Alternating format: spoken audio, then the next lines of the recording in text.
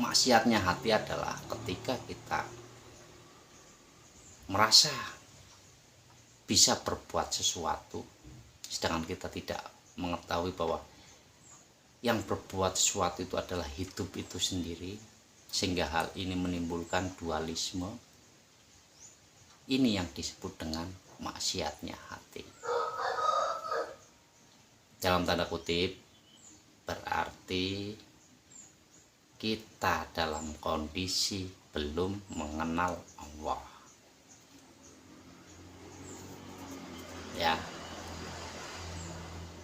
Nah, jadi ketika kita belum mengenal Allah, sesungguhnya kita akan terus-menerus melakukan maksiatnya hati. Naudzubillahi min dzalik.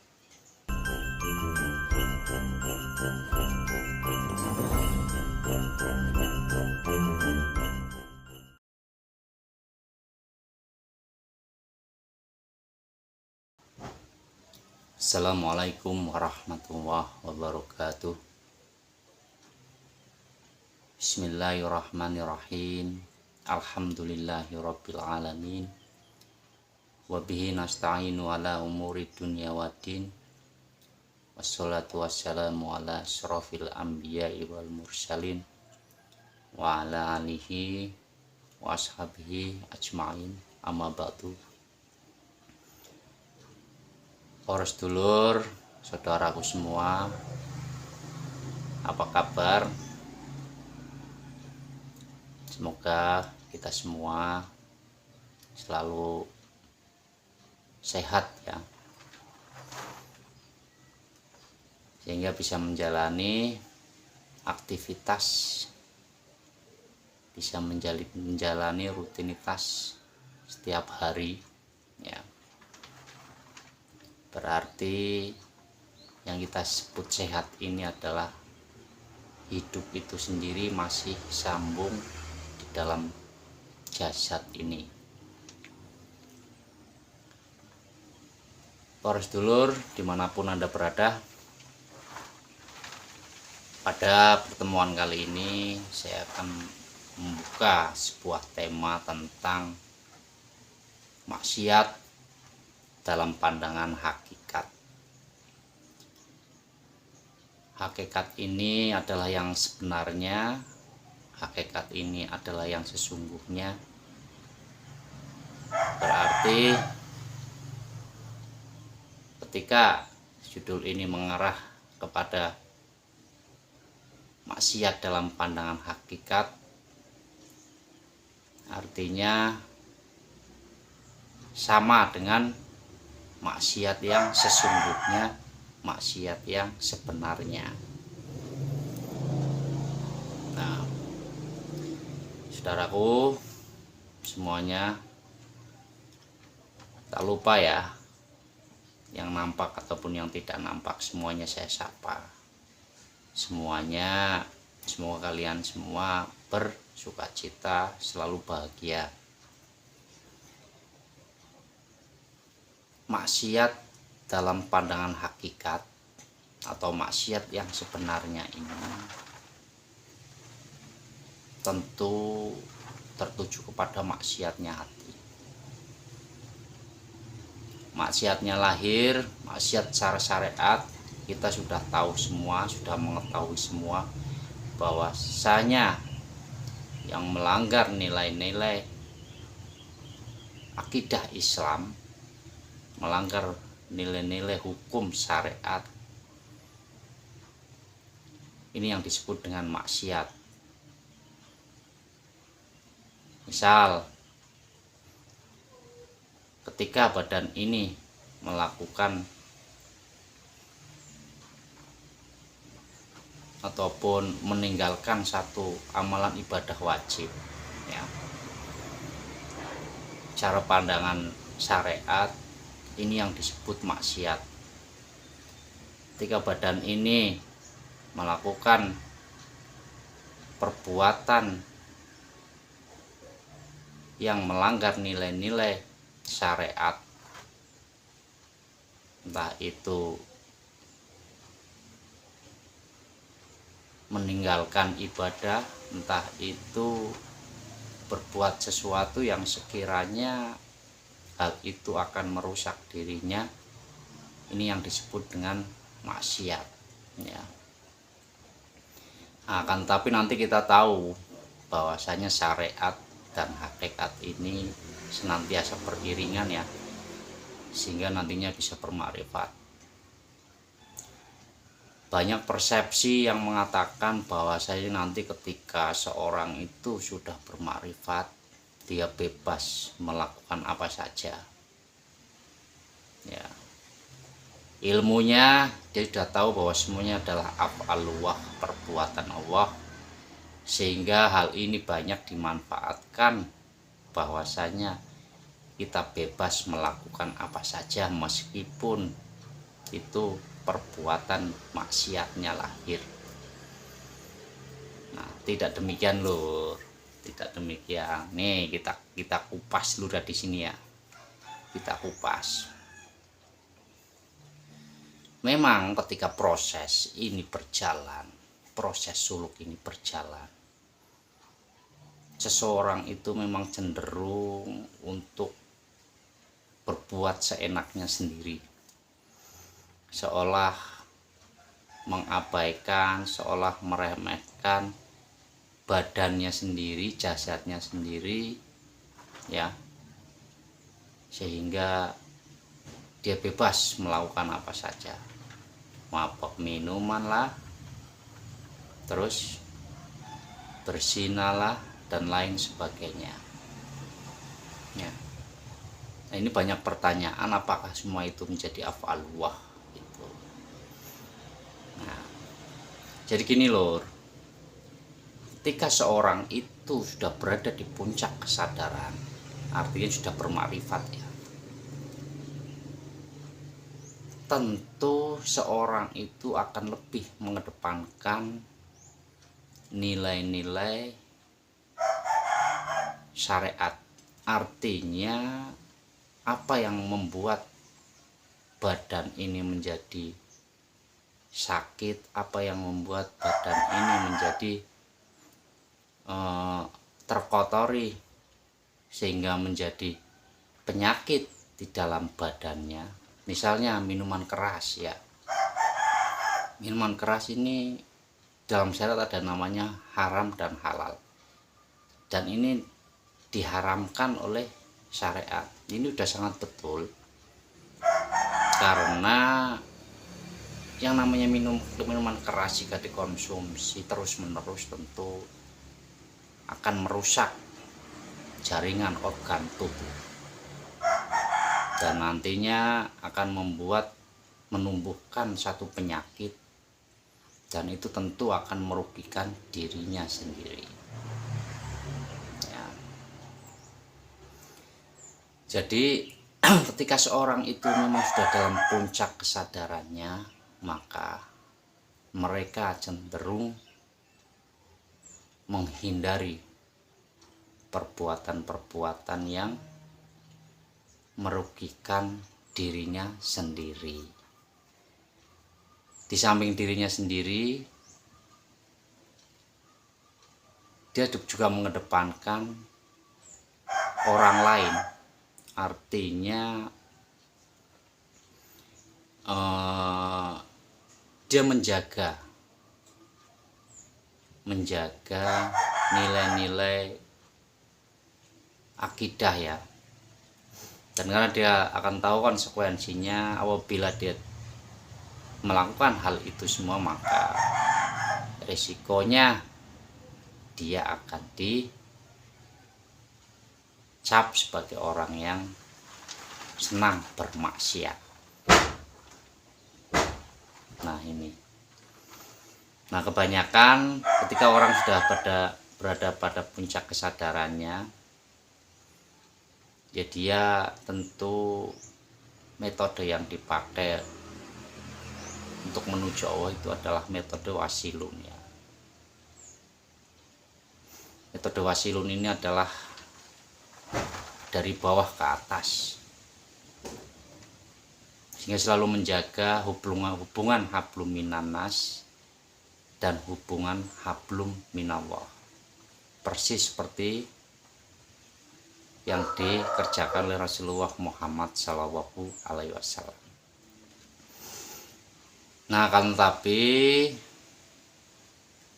kita juga tidak bisa memilih mau ditempatkan dalam wasilun ataupun majdubun, ya kita tidak bisa memilih. Yang majdubun ya dia sudah tidak mengindahkan perbuatan secara syariat, ya lahiriahnya ini dia tidak melakukan apa yang disarankan oleh syariat, dan kita juga tidak bisa memilih dan tidak bisa menyalahkan.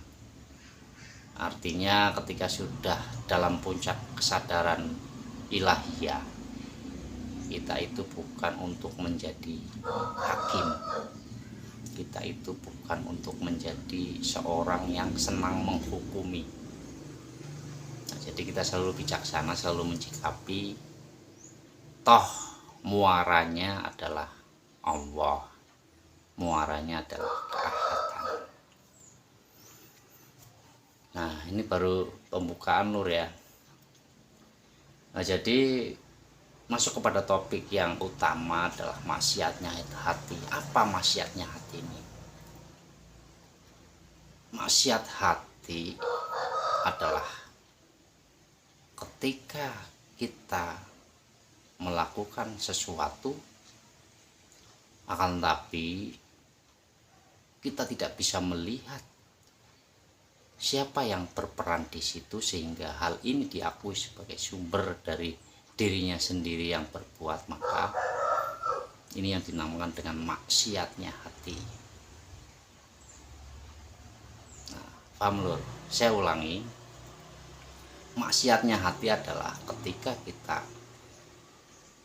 merasa bisa berbuat sesuatu, sedangkan kita tidak mengetahui bahwa yang berbuat sesuatu itu adalah hidup itu sendiri, sehingga hal ini menimbulkan dualisme.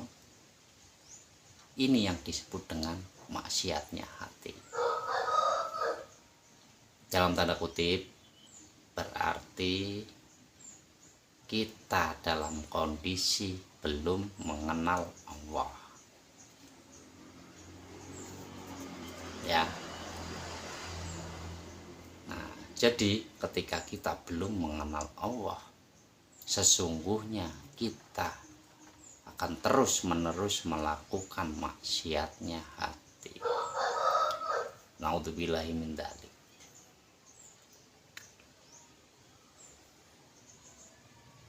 Nah, terus bagaimana agar kita terhindar dari maksiatnya hati? Nah, terus dulur,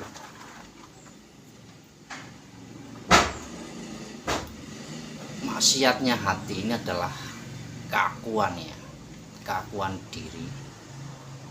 Di situ akan menjadi sekutu Allah karena diri ini merasa dihidupkan, dari diri ini merasa hidup, sehingga merasa bisa berbuat sesuatu, merasa bisa melakukan aktivitas, ya. Ini adalah bentuk keakuan diri hamba, bentuk keakuan diri makhluk. Nah, timbul pertanyaan lagi, ketika keakuan diri hamba ini dinafikan, maka di situ akan nyata Allah. Berarti hambanya yang mana? Ketika kita menjadi hamba, berarti Allahnya yang mana? Nah, ini banyak pertanyaan. Nah, ini perlu saya luruskan bahwasanya ketika seorang sudah dalam puncak musyahadah, ya, dalam perjalanannya, bahasa Rasulullah ini sudah diangkat ke dalam langit Sabtuju ataupun Sidratul Muntaha. Dengan kata lain, Sidratul Muntaha adalah puncak kesadaran ilahiyah, ya. Keadaan ini hanya ada Allah sebagai yang hidup. ketika hanya keadaan ini, ketika hanya ada Allah, maka mana yang disebut hamba? Nah, yang disebut hamba ini tidak ada. Artinya yang disebut hamba secara hakikat adalah seseorang yang sudah bisa mentajalikan Allah, seseorang yang sudah berada di puncak kesadaran.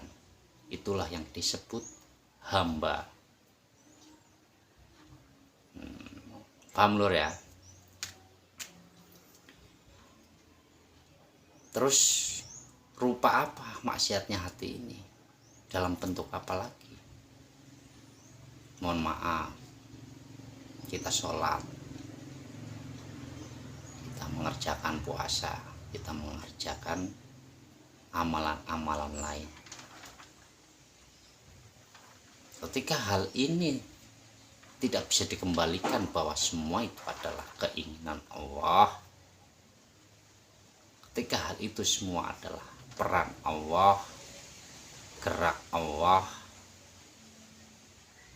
maka ini adalah yang disebut maksiat hati dalam bentuk keakuan diri makhluk. Ya, jadi merasa akhirnya di situ timbul apa? Ketika dia sangat rajin ya menjalankan satu ibadah lahiriah, maka nanti akan timbul pengakuan bahwa saya telah mengabdikan diri kepada Allah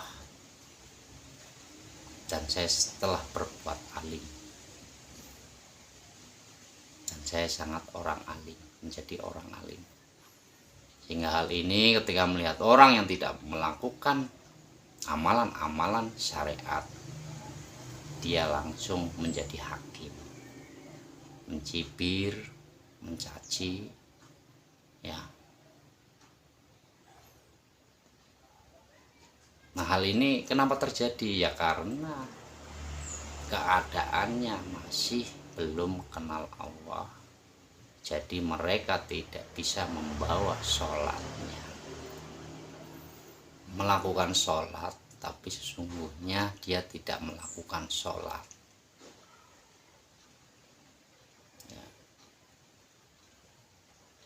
Sholatnya tiada ikhlas sedikit pun, apalagi mencapai khusyuk tidak akan mungkin terjadi, karena kekhusyuan akan terjadi, kekhusyuan itu akan dicapai manakala hati ini sudah berada pada puncak kesadaran. Hati ini sudah masuk ke dalam musyahadah Allah, berarti harus wusul ilallah. Ya, makanya kan di situ sholat ini kan untuk mengingat. Berarti ketika kita melakukan sholat sudah tahu siapa yang diingat. Artinya kita harus bisa kenal Allah dulu, baru bisa beragama. Kita harus kenal siapa Allah dulu, baru bisa melakukan amalan-amalan soleh. Mohon maaf saudara, ini saya sampaikan apa adanya. Yang namanya hakikat itu apa adanya. Jadi mohon dicerna oleh hati, oleh rasa ya. Dan mohon jangan dicerna oleh akal. Pasti akan tidak terima, pasti akan langsung memberikan statement bahwa hal ini adalah menyesatkan dan sesat. Nah, itu aja ya saudaraku. Semoga hal ini bisa mendongkrak hati agar kita bisa kenal siapa pemilik nama Allah, sehingga kita bisa melakukan amalan-amalan soleh. Dan tentunya di situ kita sudah otomatis wa inna ilaihi rajiun, sudah kembali kepada Allah seutuhnya. Demikian dan mohon maaf. Assalamualaikum warahmatullahi wabarakatuh.